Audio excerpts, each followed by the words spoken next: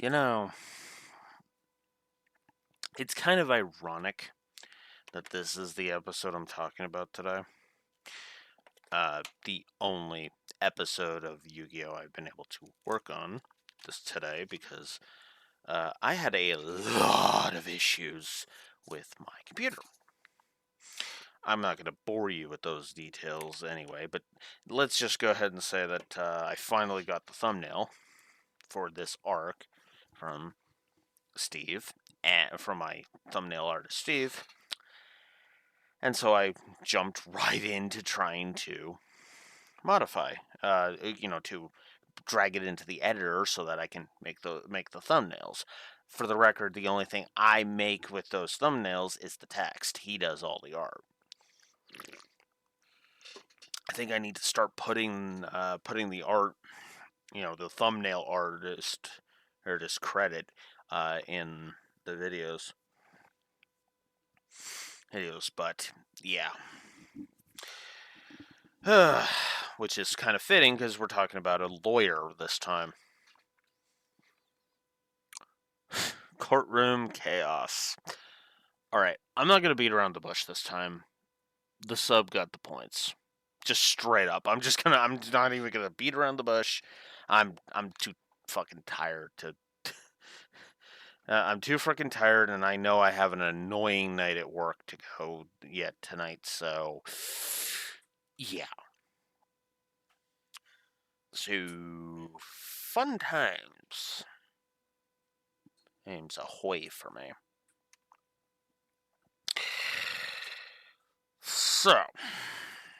So yeah, I'm not even going to beat around the bush. The sub got both points. Now, granted, this is not an episode. I admit this is not an episode that I dislike in the dub, but it's more of just the sub does more interesting with it. Biggest change that 4Kids made with this two-parter.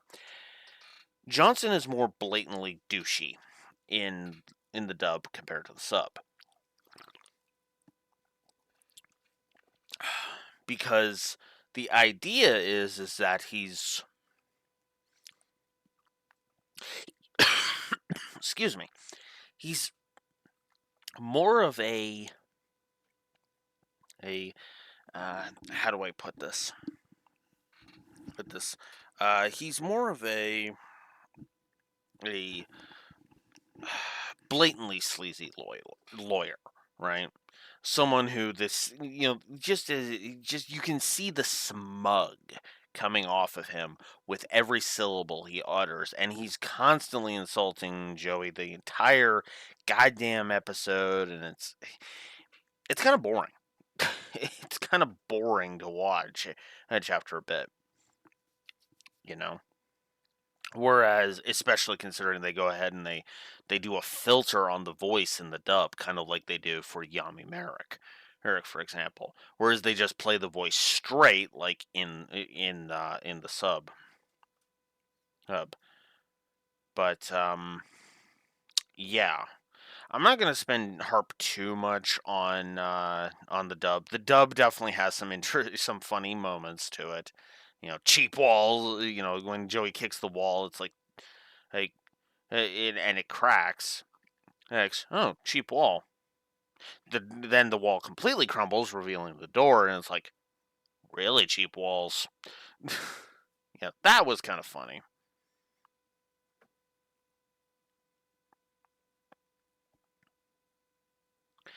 Hey, which is funny because they talk about it being a trial in the dub, and Joey is like, "Oh, who's getting sued?" Trials are about more than just suing people, Joey. You know that was kind of funny. Uh, and yeah, that's about all I really want to talk about when it comes to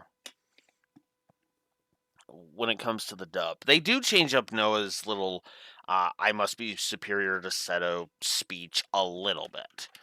It's not as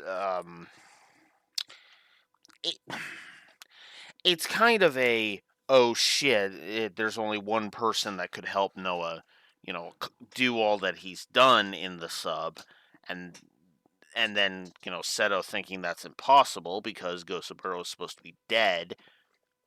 And uh, but in the English version, in the dub, uh, Noah just comes right out and say it that he's trying to prove himself to Gosaburo, and I'm trying to plug something in. Please forgive me.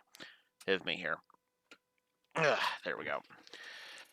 The but the thing is that this is the one. This is the one episode where Noah is more of a is more one note than he is in the sub. But that's because the dub kind of just continues the petty irritant that is Noah, and just kind of effectively the dub is trying not to lie. Is effectively what it is. But the problem is that by trying not to lie, the dub is being more poorly told, if that makes any sense. Which is funny because that's actually true of both of the main villains of this two-parter, Noah and Johnson. Because in the dub, with Johnson in the dub, he was always my least favorite member of the Big Five because he just came across as a dipshit. Which is funny because I'm gonna have to see why it is they're yelling at him in the subversion during merger of the Big Five because because in the dub during merger of the Big Five, they're all looking at Johnson like, Johnson, you told us that Joey was going to hold Yugi back. So why is he the reason we're losing? Spoiler alert, I guess. you know. I mean, it's a filler arc, so that's not that much of a spoiler. Spoiler, even in the Japanese version, let's be real. But yeah. I will go ahead and say I do like one joke better in the sub. Anzu insulting Honda. His dueling skills are terrible, and then he sneezes. He says that whole germs joke in both versions just was so stupid, so stupid. But I almost wonder why the fuck they even bothered with the cutaway gag. I mean, one cutaway gag to Honda sneezing would have been fine. But whatever. Ever. Um you know what? Let's circle back. I'll talk about Seto's part of this two-parter a bit later when we get up to Noah's interference. That's when I'll bring up Seto's stuff. For now, I forgot to turn that off. For now, though, let's just continue on. So, to kind of continue my point of Uka, Johnson's Japanese version, being better, Uka is more honest. All throughout the thing, he's effectively using complex terminology. His terminology is very complex. Turning black into white, and what was the other thing he said? It's been several hours since I watched it, so I can't remember the exact wording. Forgive me, but he says something to the tune of uh,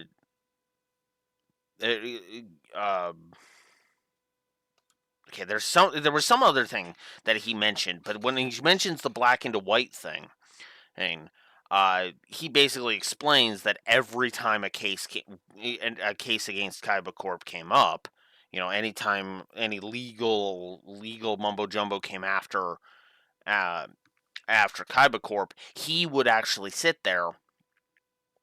He would be the one that would defend it, right? Right, which is good. Instead of like the whole I treat dueling like a trial, blah blah blah. Ugh.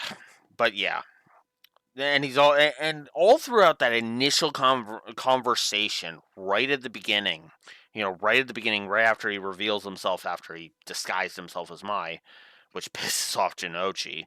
Only Jinochi between the dub and the sub, which actually I think is something the sub got correct, by the way. Look, if it's not clear by now that I ship Joey and Mai, then I've got nothing. I have got absolutely fuck all. Oh, but whatever. But the point is that Uka is very honest with him, and he even explains what he means with the black into white thing, and yada yada yada. Hada. It's a very. He's basically doing the whole deception through being honest, deceiving through being honest, lying to tell the or sorry no telling the truth to deceive kind of thing, right? Because Uka does not insult Joey at all. Like Uka does not insult Jinochi at all.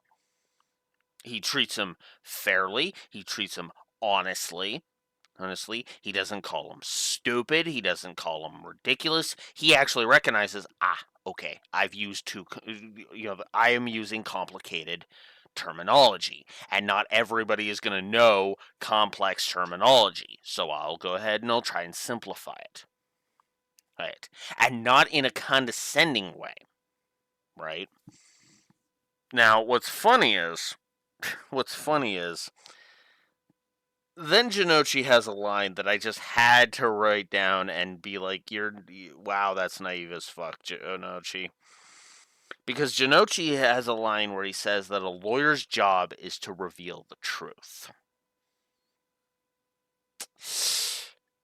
Yeah, yeah. I hate to burst your bubble there, Jinochi, but no, no. A lawyer's job is to win cases by any means necessary. In other words, so if they have to bend the law to their will, they will bend the law to their will. Which is funny because that's actually one of the running themes in the very first Ace Attorney game, Phoenix Wright Ace Attorney. That's actually one of the running themes. In fact, that's what's literally on full display there in the what was originally the final case, Turnabout Goodbyes, I want to say. The one where you're facing where the prosecutor is Manfred von Karma. Yeah, that one. Whoo boy, whoo boy, Manfred von Karma. Oof. He's a whole bag of worms I don't want to get into right now. But let's just say that yeah. Which is funny because I actually had this comparison that I of like Johnson is the queen from Ace Attorney Spirit of Justice, and Uka is more, well, Manfred von Karma, somebody who uses the law to his own ends. You know, to be blunt with you, I actually think I can actually believe Uka once convinced a jury that a man who was afraid of water stole a boat, because that's actually what Johnson is saying in his final monologue of like, I can't believe this is happening. How did I get tricked? That whole thing. Which is funny because in the Japanese version, it's actually the heroes that are insulting Jinochi. Which, by the way, I'm getting really fucking sick and tired of. It's actually one of the reasons why every time an opponent treats each Jinochi with respect, like Uka does. Yes, I know he's manipulating Jinochi, but he's not openly insulting Jinochi to his face and treating him like a moron. I'm with that. Uka is basically acting like a slimy lawyer. As in he's treating Jinochi like somebody who actually pays attention. again, he's doing it for deceptive means, but at the same time, that's still showing him immense amounts of respect compared to Johnson, who's just insulting him the whole fucking time. Okay. So I'm going to cover the Noah interference last, so let's cover the duel. So Judge Man is, of course, the deck master. Is the deck master Heckmaster thing. Joey declares that Johnson's look is improved by being Judge Man. I'm not even going to touch that because this is, of course, one of Kaiba's monsters.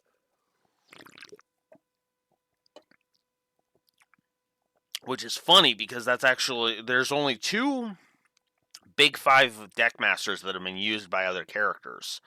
And it's kind of ironic.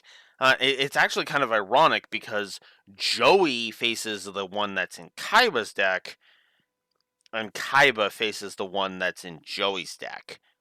We'll get there. There. I don't even want to. I'm not even. I'm gonna be mum's the word. 2 more videos, and then we'll talk about it. Because that's actually an awesome duel, and I really like it. Not my favorite of this arc. Now, if you know this arc, the thumbnail's already revealed what my favorite duel of this arc is. But I digress.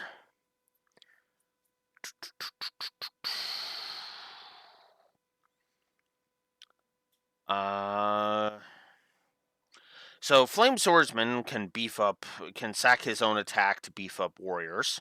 That's a cool.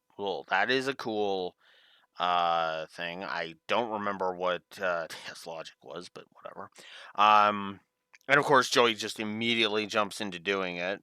Hysteric Fairy irritates both Joey and Jinochi, although only Joey makes the comparison between Johnson and Hysteric Fairy.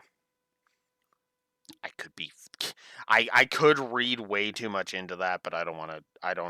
I'm not going there because Johnson is too pathetic. To care about. So Judge Men's, of course, got the clear the courtroom, which actually banishes the monsters. The Japanese version actually informs us of that, which is cool. So Joey's of course trying to do swarm and stuff, and then when he's behind, he starts gambling, and Johnson starts cheating.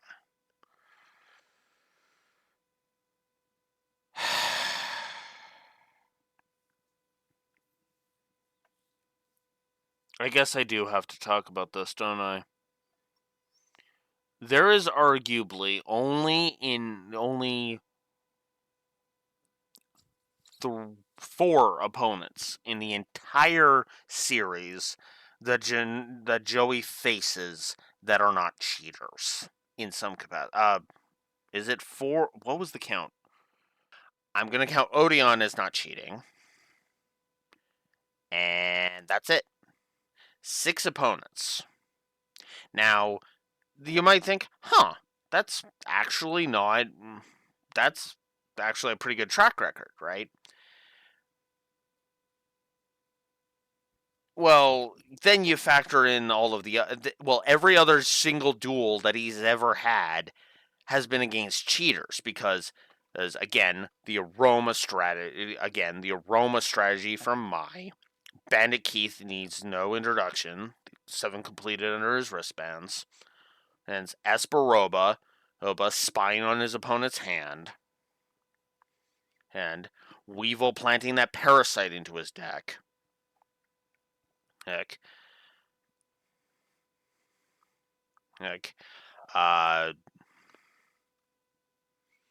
I don't count the anchor duel. That was against Dark Joey, or Joey the Ripper if you prefer. So that doesn't count. And then Johnson is cheating. Then you could argue that Merrick is using the Shadow Games to cheat. With the whole fucking zap him with power thing. I mean,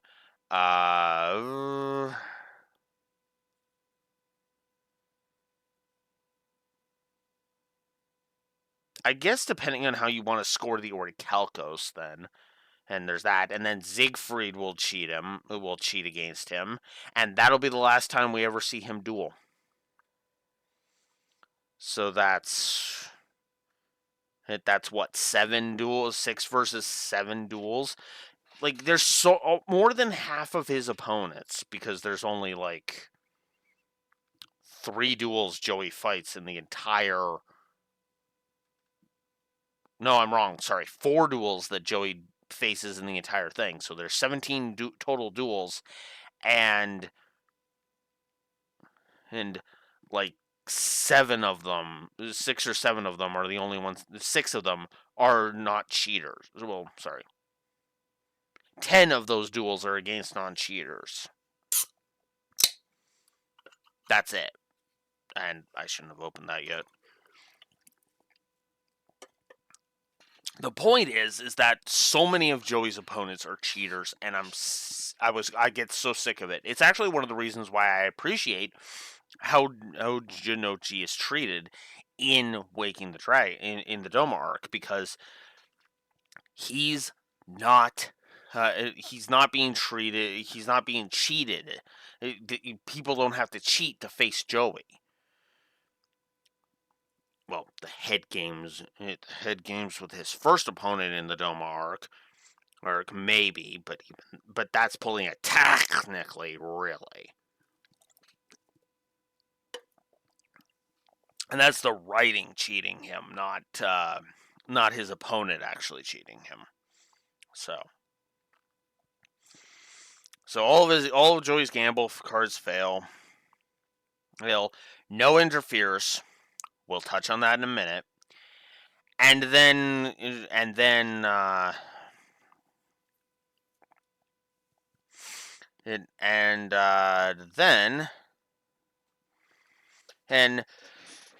Arduous Decision and Burning Soul Sword come out to as Joey's last ditch effort. And then the lawyer gets out bluffed. It's more obvious in the dub with Wayne Grayson's little but that laugh was also strategically done. So that's a point in favor of the thing. Also, reinforcement of the army. This is the first time reinforcement of the army was ever used. It was used by Johnson though, which is weird. You would think it would be used by Joey, but whatever. Also, this is the first time Goblin Attack Force has been used by Joey since the duel with Duke back in season 1. So, yeah. But let's circle back around to Noah. I don't even need my notes for this because I know what I want to talk about with this thing.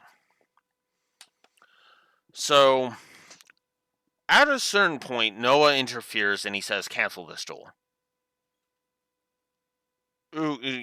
Johnson, Uka, depending on the version, Johnson or Uka, is told, it is declared to be cheating, fucking up the gamble cards, and he's basically saying, screw you, Uka, I'm not letting you, I cannot declare myself superior to Seto if you are going to cheat against Joey.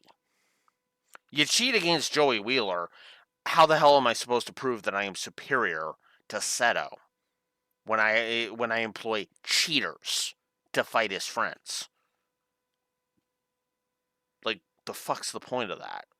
It's one thing to drag them into a virtual world and where stamina is more taxed, but when you're actively having to actively cheat by changing the outcome of dice rolls, also super fucking blatantly, by the way. Yeah. I'm shocked he didn't notice earlier, but he was too busy. He's staring at Seto, so I could make a joke, but I'm not going to. Yeah. And then, of course, Joey, because he's got his pride, right, says he'll continue as long as with the promise that no more cheating will happen. Okay, that's stupid because,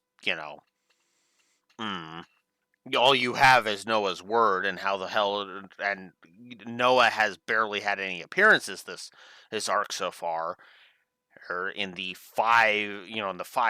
six prior episodes before this point. Noah has barely appeared in them. So how can you take him at his word, Joey? Whatever. Whatever. He trusts him. It works.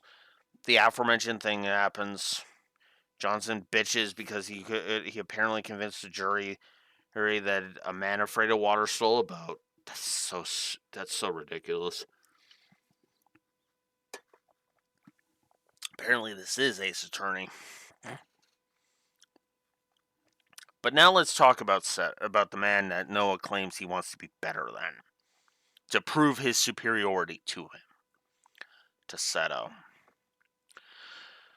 So Seto and Noah are still wandering around that virtual forest, which gets changed to a virtual beach for a change of scenery, almost as if Noah is mocking them. Let's be real.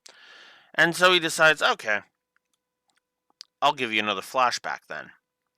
This time to when young Seto, is trying to present Gozaburo with virtual reality tech. Now, in the Japanese version, it was already stolen by Gosaburo in order to beef up his machines. In the dub, he's trying to convince him, and Gosaburo is, of course, being dumb. Which is funny because in the dub, Gosaburo is a bit more reasonable than in the sub, because in the dub, it's we make military vehicles. We're not a gaming company. Get this shit out of my face. In the Japanese version, Gosaburo is more corporate evil, is how I like to phrase that. See, Gosaburo's big argument against Kaiba Land is games will get you nowhere.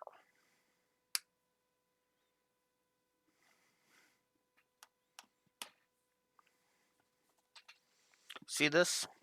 It's the closest I had. You see this? This is a This is a thing that I am dropping. This is a copy of East 10 Nordics. Okay? Good game. Recommended. Ended. Ended. And what's funny is I'm only 6 hours into this thing. And because this was supposed to be my work on YouTube thing. Okay? There is one of my viewers paid me real money to play this.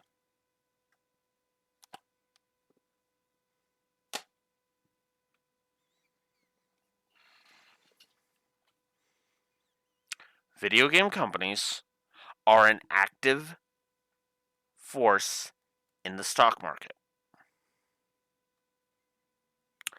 Do I need to go on?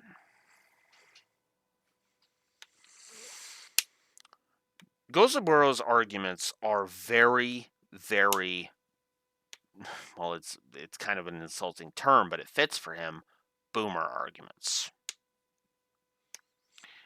A boomer argument, because it's not just about old man giving you having an outdated opinion. I mean, it is that, but that's the simplistic version of it, right?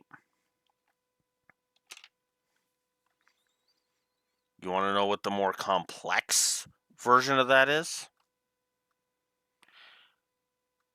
A boomer can look at something like, say, we'll use a different example. Comic books, for example. There's basically two extremes that you can and this is why Kosaburo fails, because he is effectively on one opposite end of the extreme.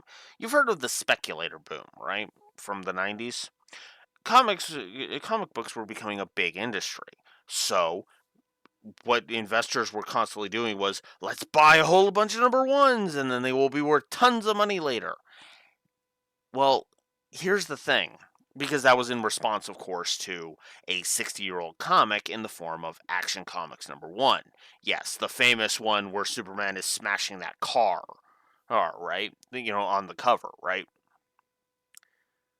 Well, here's the thing. As was pointed out by Linkara when he debunked all this shit, the reason the speculator boom was dumb was because it wasn't the inherent it being a number one that was important. It was it being rare that was important. That's why a mint Action Comics thing will go for fuck tons of money right now. I don't even know. I haven't looked into it in years, so I don't know what it's at right now. But there's a reason why you could make bank off of one of those copies because it's stupidly rare, and it's a comic from at this point almost like what 85 years or something like that, 85 to 90 years. So yeah, of course and it's also the first appearance of one of the most recognizable superheroes of all time, Superman. So of course his first appearance is going to be valuable as hell. That being said, and that was the problem with the speculator boom, right? That was the opposite extreme, going all in on this new lucrative property. Gosaburo is on the opposite end of the extreme. That will never sell. That's not going to make any money, honey. Ignore it. And then it makes fuck tons of money, and you look like a fucking moron. Now, the only thing that kind of punches a hole in my you're an idiot Gosaburo thing. I need to plug a different thing in. Give me a second while I keep talking.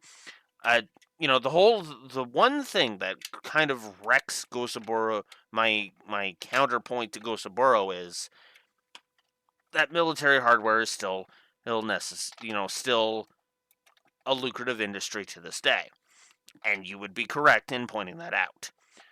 But the thing is that he's dismissing it as something that Kaiba Corp should never go into, never consider shifting over to,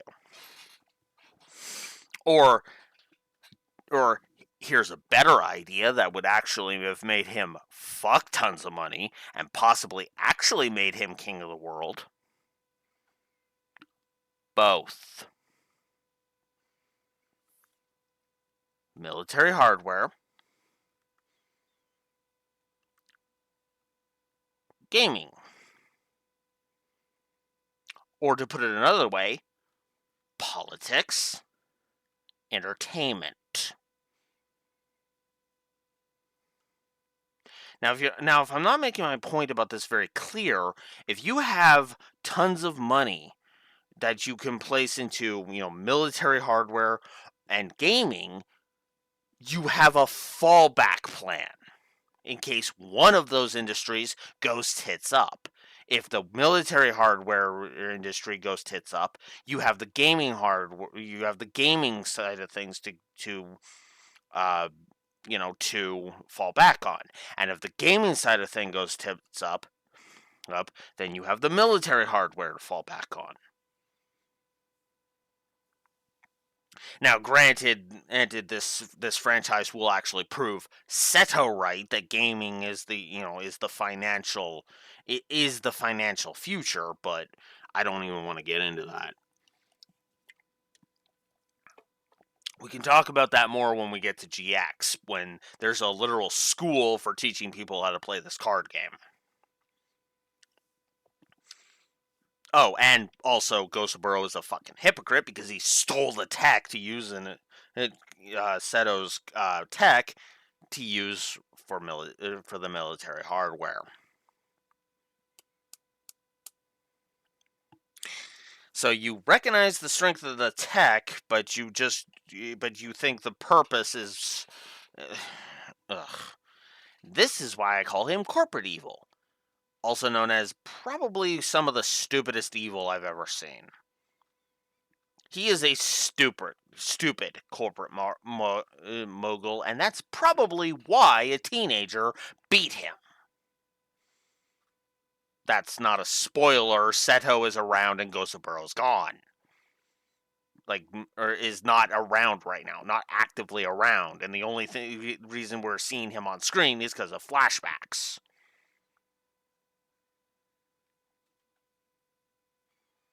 Which is funny because in a Yu-Gi-Oh rewrite project, if I ever get that Yu-Gi-Oh rewrite project off the ground, yeah, that's actually going to be a thing. That's actually going to be backstory because I have plans for the Death T arc, and that's all I want to say about that.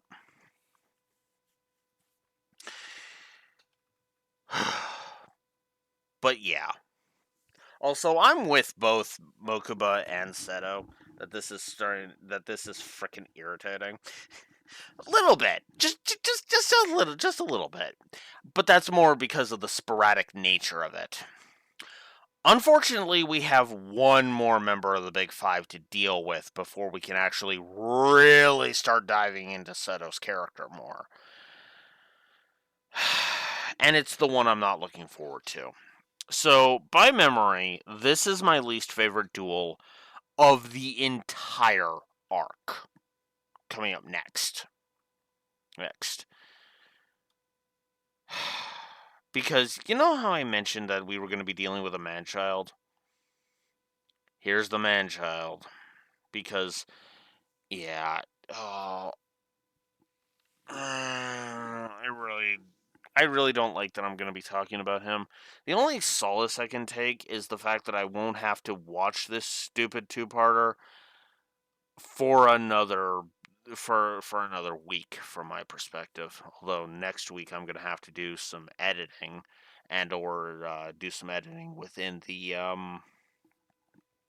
coming week so that I can get Freeze Play edited because I got isolated in cyberspace. He's good to go, and that one's going live actually 2 days from when I'm recording this to give you a bit of a time frame, which is why I pulled the trigger on look. Sundays are not going to be stream days anymore. But regardless of any of that, that's it. Courtroom Chaos. C rank episode, and that's only because of the sub, which bolstered it. The dub really did drag this one down, unfortunately. But not a bad episode. Next week is Nesbit.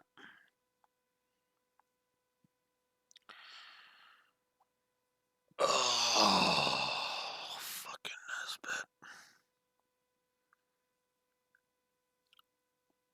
See you there, guys. Blue Wolf Alex of the Lore Walker signing out. Have a good one. See you next time. Duel standby. Choo-choo.